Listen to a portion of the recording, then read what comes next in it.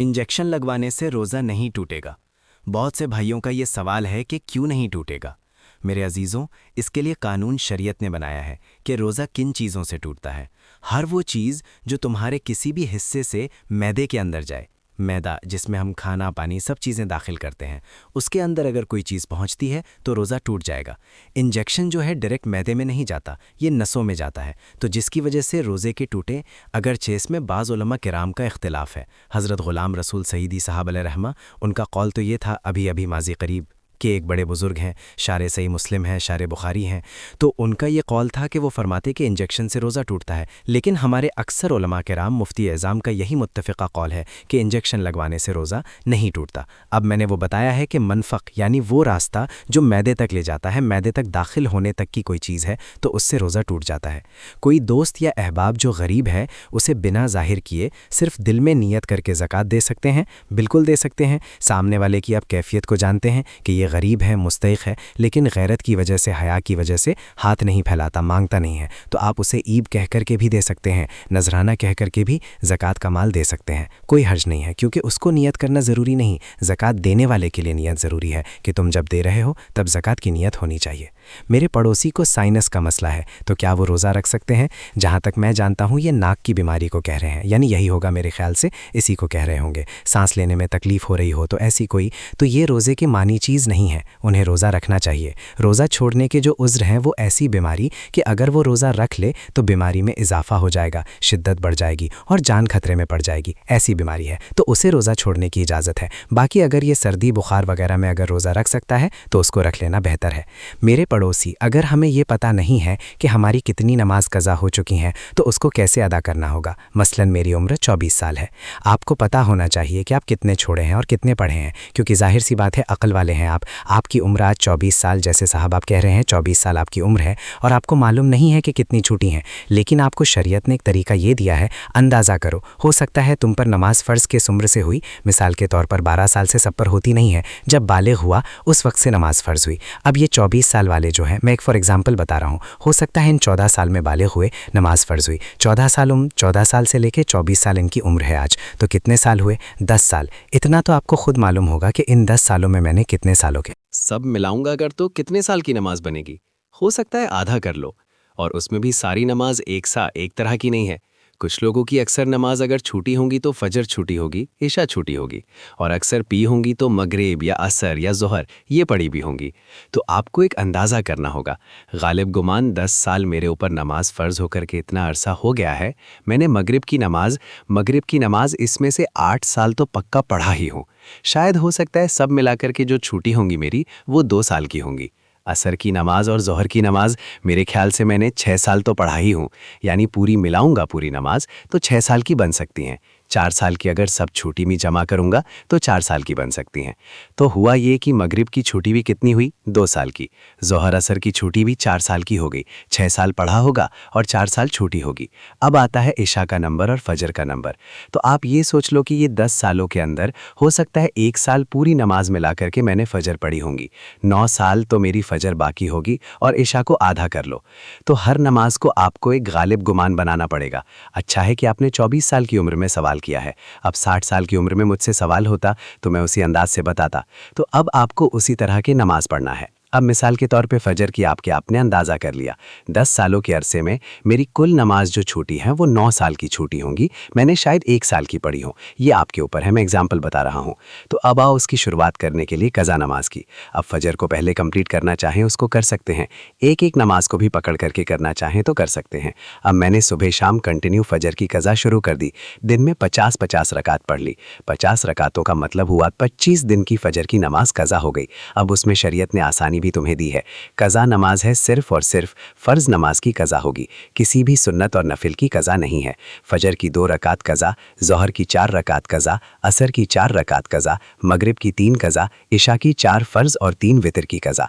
कुल मिला करके कितनी होती हैं? 20 रकात। 20 रकात दिन की होती है, लेकिन अभी मैं चल रहा हूँ फजर की। अब हो सकता है आप ये सवाल करेंगे कि मैं नियत कैसे करूँ, कौन से दिन की, शनिचर की, इतवार की, पीर की, मंगल की, कौन सी? जाहिर सी बात है अब आपके पास अंदाज़ा ही नहीं है कि कौन से दिन की छुट्टी है, उसके लिए भी शरीयत ने ये छूट दी है कि आप जब नियत करेंगे यूं नियत करें, ऐ अल्लाह, मैं उस फजर की 2 रकात फ़र्ज़ नमाज कज़ा की नियत किया जो मेरी ज़िंदगी में पहले छूटी है। क्या नियत करेंगे आप? मैंने उस फजर की 2 रकात फ़र्ज़ नमाज कज़ा की नियत किया जो मेरी ज़िंदगी में सबसे पहले बाकी है। हर 2 रकात पर यही कहना है आपको, क्योंकि जब वो अदा हो जाएगी तो जो पहले है वही आती जाएगी। तो 9 साल की कज़ा होने तक आपको यही नियत करना है जो मेरी ज़िंदगी में पहले बाकी है। ज़ोहर की भी करना है यही, मैंने उस ज़ोहर की 4 रकात फ़र्ज़ नमाज क़ज़ा की नियत किया जो मेरी ज़िंदगी में पहली बाकी है, यानी तरतीब में अब जो पहली बाकी है उसकी मैंने नियत कर लिया। फिर उसके बाद ये आती जाएंगी। अब मिसाल के तौर पर 100 नमाज आपकी हैं, आपने नियत कर लिया, मैंने उस ज़ोहर की 4 रकात फ़र्ज़ नमाज क़ज़ा की नियत की जो मेरी ज़िंदगी में पहली बाकी है। तो 100 पहले नंबर वाली हो गई, उसके बाद 99 बचे, लेकिन जो दूसरे नंबर पर थी नमाज, अब वो कौन से नंबर पर आ जाएगी? पहले नंबर पर आ जाएगी ना फिर से। तो हमेशा यही नियत करता जाएगा जब तक कि वो 100 पूरी ना हो जाए। नियत भी आपको समझ में आ गई क़ज़ा के लिए। अब इसमें छूट भी गई है, आपको रकात छोटी करने का भी हुक्म है, यानी इस तरह के आपको मुख्तसर कर सकते हैं आप। मिसाल के तौर पर नमाज में सूरह फातिहा पढ़ा, आप इन्ना आतैना और कुल हु अल्लाह पढ़ रहे हैं, छोटी सूरतें पढ़ रहे हैं। यही कंटिन्यू चाहें तो हर रकात में पढ़ सकते हैं। हर नमाज में 2 सूरतें पढ़ीं और तस्बीहात जो है रुकू और सजदे में वो 3-3 पढ़ रहे हैं, वो तो ठीक है, उतनी मिक़दार तो आपको रुकू और सजदा करना ही है। लेकिन अत्तहियात में भी तशहुद इब्राहीमी और दुआए मासू अगर नहीं भी पढ़ा तो उसकी नमाज हो जाएगी। तो यहाँ और शॉर्ट कर दिया गया है, क़ज़ा करने वाले के लिए सहूल भी है, वो चाहे तो अपनी जल्दी से जल्दी ये पूरी क़ज़ा मुकम्मल कर सकता है। जवानों, आप सबसे मेरी गुजारिश है, बुढ़ापे में इंतज़ार मत करना। किसी बूढ़े को मैंने क़ज़ा करते हुए नहीं देखा कि पूरी ज़िंदगी की वो क़ज़ा करके गया हो, बहुत कम। बुढ़ापे में असल नमाज़ पढ़ने में ही घुटनों में तकलीफ़, कमर में तकलीफ़ हो जाती है। देखते नहीं आप, आज मस्जिदों में अच्छों से ज़्यादा कुर्सियों की नमाज ज़्यादा हो गई। क्यों? उस वक्त उनको अपनी फ़र्ज़ नमाज ही दुश्वार हो गई हैं, कहाँ क़ज़ा करेंगे? नौजवानों, आपके पास आज क़ुव्वत है, ताकत है, आप रोज़ाना ये आप अपना एक वक्त ले लो, घंटा 2 घंटा, मैं दिन में कोई एक वक्त मखसूस कर लूँ और इसमें सिर्फ अपनी क़ज़ा मुकम्मल कर दूँ। चंद दिनों के बाद आप देखोगे आप साहिब तरतीब हो जाओगे। साहिब तरतीब उसको कहते हैं जिसकी पूरी ज़िंदगी में 5 से ज़्यादा नमाज क़ज़ा ना हो, और अल्लाह तबारक ताला का वो ऐसा महबूब बंदा है कि फ़रिश्ते उसकी एक झलक देखने को बेकरार होते हैं जो पूरे मुकम्मल अपनी नमाज मुकम्मल कर चुका हो। अल्लाह हम सबको तौफ़ीक़ अता फ़रमाए। क्या नफिल नमाज तब तक कबूल नहीं होगी जब तक फ़र्ज़ और वाजिब नमाज की क़ज़ा अदा ना हो जाए? सही है।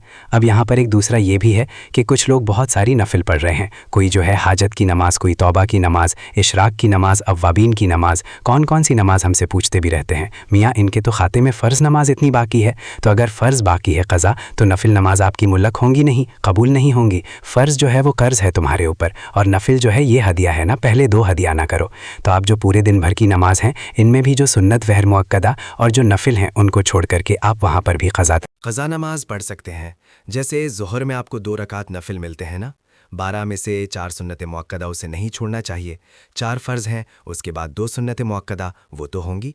2 जो नफिल हैं उसकी जगह पर कोई पहले की फ़जर की क़ज़ा पढ़ लें। असर में जाते हैं, 4 सुन्नत पहले है, वो गैर मुअक्कदा है, उसकी जगह पर कोई पहले वाली कोई 4 रकात ज़ोहर या असर की क़ज़ा पढ़ लें। मगरिब में भी 2 नफिल आपको मिलती हैं, वहाँ पर भी आप अपनी क़ज़ा पढ़ सकते हैं, उस नफिल की जगह पर कोई फ़जर की 2 रकात क़ज़ा।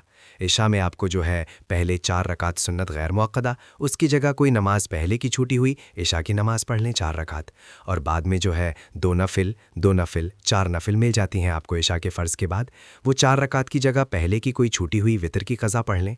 तो इस तरह से आपकी अदा नमाज के बराबर ही जो है ना, पहले की क़ज़ा भी बराबर होती चली जाए। तो नफिल और गैर मुअक्कदा की जगह पर ये पढ़ना बेहतर है। नमाज में औरत बाल ऊपर बांधकर नमाज अदा कर सकती है। कंटिन्यू में 3 दिन से सवाल देख रहा हूँ, इसको अवॉइड कर रहा। मेरी बहनें, आपके बाल हैं तो कहीं पर भी बांधे आप, बस ये है कि पर्दा करो। अब कुछ ने ये सवाल किया है कि ऊपर बांधे, कैसे भी बांधे, चोटियों की तो आपकी 1000 डिज़ाइन है, कोई भी चोटी बांध ले, लेकिन शर्त यह है कि बालों को जाहिर ना करें, बस ये कि बेपर्दा ना हो, इतना एहतियात होना चाहिए। थोड़े दिनों पहले अफवाह फैली थी कि चिकन तनाव नहीं करना। ये एक मेरे बयान को मैंने तफसीर कुरान के दरमियान इस चीज़ को अर्ज़ किया था, ये मेरा नज़रिया है। मेरे अजीज़ों, मैंने कोई हुक्म नहीं बयान किया कि हलाल है या हराम। फिर से जिसने सवाल किया है मैं उनसे गुजारिश करूँगा, गौर से और एक बार मेरा वो ऑडियो सुन लो। नुकसान अगर कोई डॉक्टर तुम्हें बता रहा है तो इसका मतलब ये नहीं कि हराम है। तुम्हें शुगर की बीमारी है, डॉक्टर ने कहा गुलाब जामुन नहीं खाना, तो क्या वो हराम हो गया तुम्हारे लिए? अगर मीठे को उसने मना कर दिया है तो इसीलिए है कि तुम्हारे लिए तबीयत में नुकसान बढ़ सकते हैं। अरे बीपी वालों को नमक खाने नहीं दे रहे, गोश्त खाने नहीं दे रहे डॉक्टर। इन डॉक्टरों के बारे में कोई कुछ नहीं बोलेगा, बल्कि वो कहते हैं कि नहीं, वो सेहत के लिए कह रहे हैं। चिकन के लिए मैं ही इतना मुतज्जिज़। मेरे अजीज़ों, आप अगर तहकीक करने जाओ, आप देखेंगे अमेरिका की कई यूनिवर्सिटीज़ ने तहकीक करके ये अपनी तहकीकात छाया भी की हैं, और हिंदुस्तान के मायानाज अखबारात में भी ये खबरें आई हैं कि जो अभी फार्मिंग हो रही है चिकन की, ये तरीका हानिकारक है। ये मेरा अपना नहीं है, जो और यहाँ की तहकीकात है वो खुद कह रही हैं।